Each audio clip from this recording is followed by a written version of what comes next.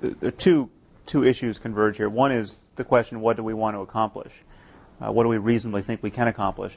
And then this article of faith that I think circulates, unfortunately, among people of our viewpoint, that you can't argue anyone out of their beliefs. I mean, well, is this a completely fatuous exercise, or can we actually win a war of ideas with people? And I think, certainly judging from my email, we can. I mean, I'm constantly getting email from people who have lost their faith and, in effect, been argued out of it. And the straw that broke that camel's back was either one of our books or some other process of reasoning or incompatibility of what they knew to be true and what they were told by their faith, that I think we have to just highlight the fact that it's possible for people to be shown the contradictions internal to their faith, or the contradiction between their faith and what we've come to know to be true about the universe, and they just, the process can take minutes or months or years, but they have to renounce their superstition in the face of what they now know to be true. I was having an argument with a very sophisticated biologist who's a brilliant expositor of evolution, and he still believes in God. And I said, how can you, what's this all about? And he said, I accept all your rational arguments, however, it's faith. And then he said this very significant phrase to me, there's a reason that it's called faith. He said it very decisively, very almost aggressively. There's a reason that it's called faith.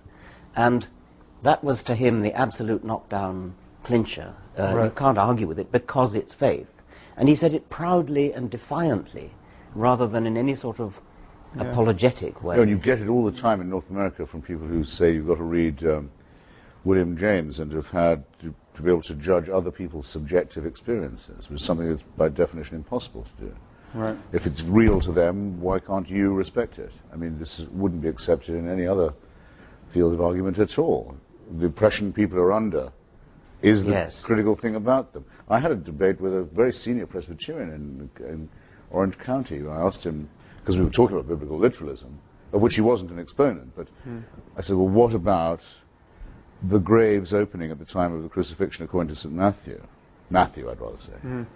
And everyone getting out of their graves in Jerusalem, walking around greeting old friends in the city. I was going to ask him, doesn't that rather cheapen the idea of the resurrection of Jesus? But he mistook my purpose. He wanted to know if I believed that had happened. That was what he thought. Right. And he said that as a historian, which he also was, he was inclined to doubt it. Right. But that as a Presbyterian minister, he thought it was true.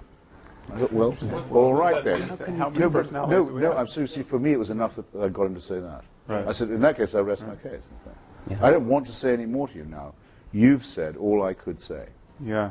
Well, there's one other chip I'd like to put on the table here. There's this phenomenon of someone like Francis Collins, or the biologist you just mentioned, someone who obviously has enough of the facts on board, enough of a scientific education to know better, and still does not know better, or professes not to know better. And I think we have a cultural problem where, and this was actually brought home to me at one talk I gave. A physics professor came up to me at the end of the talk and told me that he had brought one of his graduate students, who was a devout Christian, and who was quite shaken by my talk. And all I got of this report was that this was the first time his faith had ever really been explicitly challenged. And so there's something about that. It's true to say that you can go through the curriculum of becoming a scientist and never have your faith explicitly challenged because it's taboo to do so. And now we have engineers who can build nuclear bombs in the Muslim world who still think it's plausible metaphysics that you can get to paradise and get 72 virgins. And we have people like Francis Collins who think that on Sunday you can kneel down in the dewy grass and give yourself to Jesus because you're in the presence of a frozen waterfall, and on Monday you can be a physical geneticist. Well, according to our friend, the great Pervez Hudboy, the great Pakistani physicist, there are people who think you can use the jinns, the devils, and harness their power for the reactor. It's almost tempting to fund such a project. Yeah, and it seems, and I gather that, again, I can't get over him still, the respected Tariq Ramadan of St. Anthony's College, Oxford, says in his book, I'm told, that he believes in jinns too. Right. Right. I hope I'm not doing him an injustice. I've been told that in his book, In the Steps of the Prophet, he says as much. So one is up against things that are flat out primitive and superstitious. I think it may be easier than we're supposing to shake people's faith. There's been a moratorium on this for a long time. We're just the beginning of a new wave of explicit attempts to shake people's faith, and it's bearing fruit. And the obstacles, it seems to me, are not that we don't have the facts or the arguments. It's these strategic reasons for not professing it, not admitting it. Not admitting it to yourself, not admitting it in public, because your family is going to view it as a betrayal. You're just embarrassed to admit that you were taken in by this for so long. It takes, I think, tremendous courage to just declare that you've given that all up. And if we can find ways to help people find that courage, and give them some examples of people who have done this, and they're doing just fine. They may have lost the affections of a parent or something like that. They may have hurt some family members, but still, I think it's a good thing to encourage. And I don't think we should assume that we can't do this. I think we can. Yes, it's almost patronizing to suggest that we couldn't. I mean, to suggest that it shouldn't, that it's not. On the other hand, I think we all know people who seem to manage this kind of split brain feat of, as Sam said, believing one thing on a Sunday and then something totally contradictory or incompatible in the rest of the week. And there's nothing, I suppose, neurologically wrong with that. I mean, there's no reason why one shouldn't have a brain that's split in that kind of way. But it is unstable in a certain way. But and I'm sure you're right that people do this, and they're very good at it, and they do it by deflecting attention from it. Yeah. And let's start. But how you can live with it? Let's start focusing attention. How can you live with a contradiction in your? By forgetting that you're doing this and by not attending to it.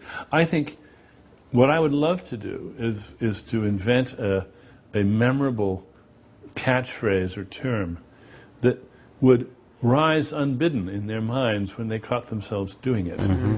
And then they would think, oh, this is one of those cosmic shifts that Dennett and Dawkins and Harris and Hitchens are talking about. Oh, right, and they think this is somehow illicit.